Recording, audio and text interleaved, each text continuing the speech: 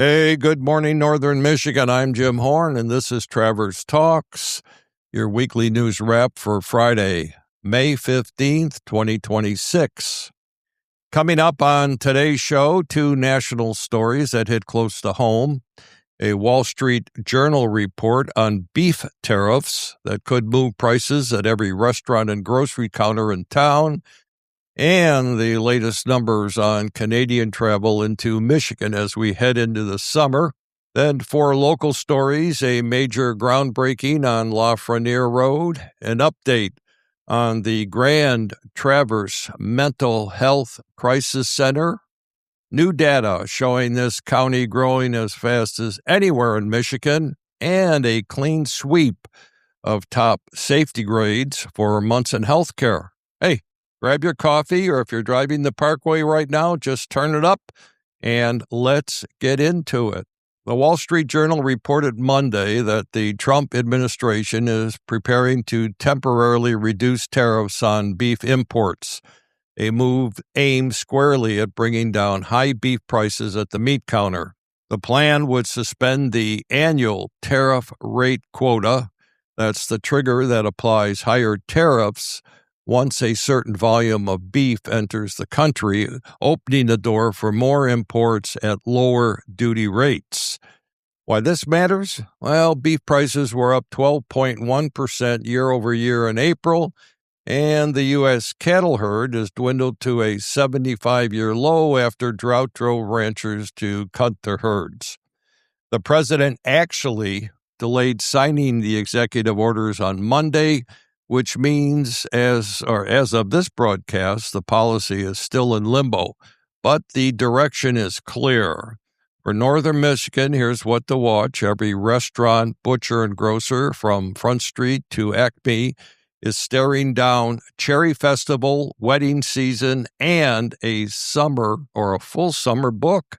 Wholesale beef is the line item that will tell us whether dinner menus hold the line or whether prices climb again before July 4th. Story 2 on the national front, and this one hits the porch of every tourism business in Grand Traverse County. Travel from Canada into Michigan is down roughly 26% year over year in May, with some destinations reporting drops as deep as 65%. That's per Bridge, Michigan, and a series of national reports tied to Wall Street Journal data on cross-border traffic. And the cause is no mystery. U.S. tariffs on Canadian goods, tougher border scrutiny, and an organized Canadian consumer boycott of U.S. travel that's been building since last year. Tourism contributes more than $3 billion a year to Michigan's economy, and Ontario and Quebec visitors are a real piece of our summer book up here.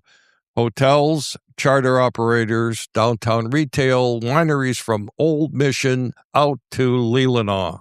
Traverse City Tourism has already started redirecting marketing dollars to other markets to soften the hit. If you run a business that lives on summer, this is the story to watch, and we'll keep tracking the reservation pace as it comes in. Okay, on to local. Tuesday morning on Lafreniere Road, Grand Traverse County did something it has not done in over a decade. It broke ground on a major infrastructure project, and it's called Project Alpha.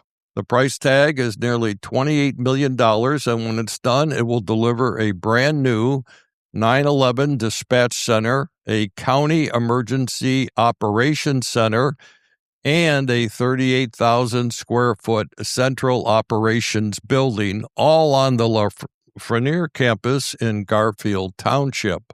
County Administrator Nate Algier didn't mince words. He called this the most significant infrastructure investment the county has made since 2012, the year the health department was built. That's a 14-year gap, and it tells us how long this has been coming. So here's the construction sequence. The central operations building goes up first. The 9/11 Center and the Emergency Operations Center follow. and the target completion is the summer of 2027. So what does this mean for residents? When a tornado siren goes off, when a wildfire moves on the peninsula, when the big call comes in at 3 a.m., this is the building the county is betting its emergency response on for the next generation. We'll keep an eye on the budget, the timeline, and how it intersects with the city budget conversation happening across town. Here's our second local story. The Grand Traverse Mental Health Crisis and Access Center has now served more than 1,000 people since it opened its doors in January of 2025. That milestone came in a briefing this week from Laura Glenn, Chief Operating Officer at Munson Healthcare, to the Grand Traverse County Board of Commissioners. She walked the board through what's working at the center, what gaps remain, and what the next steps look like. Here's why this center matters. Before it opened, somebody in a mental health crisis in this region had two real options: the emergency room or a jail cell. Neither one is billed for behavioral health care. The crisis center is a third door. Local law enforcement and Munson's ER staff have been routing people there instead, which frees up ER beds, keeps people out of the criminal justice system when that's not the right place, and gets them into actual care faster. Munson and the county are now planning next steps that could mean expanded hours, a wider service scope, or both. This is one of the most consequential policy shifts in local public health in years, and it deserves close attention from anyone who cares about how this community handles its hardest cases. Here's the third local story, the growth story. New data released this week shows Grand Traverse County is now growing at a pace that rivals the fastest growing counties in the state of Michigan. The numbers come from a 5-year look at private employment across the Traverse City Metro. That's Benzie, Grand Traverse, Kalkaska, and Leelanau. Jobs are up 25%, more than 12,700 new positions over 5 years. Leisure and hospitality, of course, leads the pack at plus 87%. Professional and business services up 30%. Manufacturing, yes, good old manufacturing is up 9%. Now, growth is not free. Every percentage point you just heard shows up somewhere: housing demand, school enrollment, traffic on US 31, water and sewer capacity, and, of course, the price of a starter home.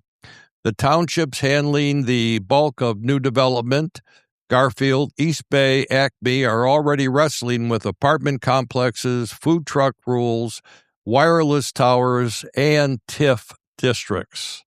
If you felt this town change in the last 5 years, this is the data that explains why. The question for residents and commissioners now is whether the infrastructure, the housing stock, and the policy framework can keep up with what the labor market is telling us. And the last local story of the week, some good news on the healthcare front. Every eligible Munson healthcare hospital system-wide has earned an A grade from the Leapfrog Group in the spring 2026 hospital safety grade ratings released this week. The Leapfrog grades are not a marketing exercise. They measure patient safety, infection rates, medication errors, surgical outcomes, the things that decide whether you walk out of a hospital better or worse than you walked in. An A puts a hospital among the safest in the country. For Munson to land an A at every eligible hospital across the system, that's a real story, especially in a stretch when the system is still working through leadership transitions. Kathy, and I hope I pronounced this name right, Laurea, continues as interim president while the search for a permanent president plays out. If you live in this region, your odds of needing Munson healthcare at some point are pretty high. That this team is delivering top-tier safety scores during a transition year is worth pausing on. We'll keep an eye on the leadership search, and that's really the next chapter. And folks, that's your weekly news wrap for Friday, May 15th. Quick recap. Nationally, beef tariffs in flux at the White House, and Canadian travel into Michigan running well below last year. Locally, Project Alpha is officially off the ground. The Mental Health Crisis Center has now served over 1,000 people. Grand Traverse is growing as fast as anywhere in the state, and Munson is bringing home a clean sweep of A safety grades. If a story moved you, push back, tell me I got it wrong, or send me one I missed.